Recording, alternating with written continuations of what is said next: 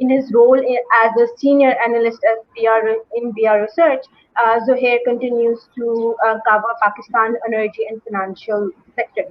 Welcome, Zohair.